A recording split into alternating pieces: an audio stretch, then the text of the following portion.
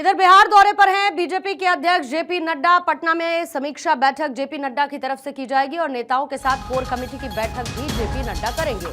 बिहार चुनावों को लेकर बैठक में मंथन होगा। सभी नेताओं से तैयारी का फीडबैक भी लिया जाएगा और आने वाले दिनों में प्रधानमंत्री नरेंद्र मोदी का पूर्णिया दौरा भी है। उसके बाद गृह मंत्री अमित शाह भी बिहार में मौजूद रहेंगे।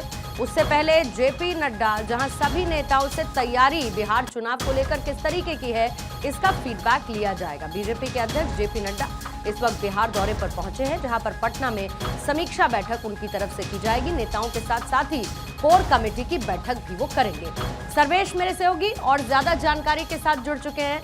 सर्वेश, ये तो निश्चित है कि आने वाले चुनावों को लेकर तैयारियों पर चर्चा जेपी नड्डा की तरफ से की जाएगी, लेकिन साथ ही क्या ये भी माना जाए कि प्रधानमंत्री मोदी के पूर्णिया दौरे से पहले और फिर गृह मंत्री अमित शाह के दौरे से पहले जेपी नड्डा की ये बैठकें बहुत महत्वपूर्ण मानी जाएंगी?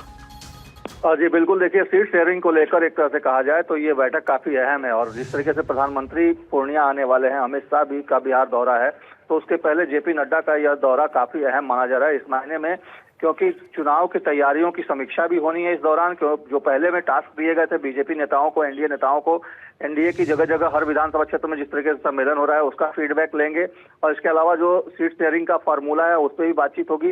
जेपी नड्डा 5 बजे बीजेपी कार्यालय में बैठक करेंगे, लेकिन उसके पहले 4 बजे वो मुख्यमंत्री आवास जाएंगे और मुख्यमंत्री नीतीश कुमार के साथ एक अहम बैठक उनकी होने वाली है। माना यही जा रहा है कि सीट शेयरिंग का फार्मूला लगभग तय कर लिया गया है और ये एक तरह से कहा जाए तो ये आखिरी मुहर लगाने वाली बैठक है जेपी नड्डा की, जिसको लेकर वो पटना पहुंचे हैं। बीएल संतोष जो संगठन महामंत्री हैं वो भी पटना में है, वो भी इस बैठक का हिस्सा होंगे।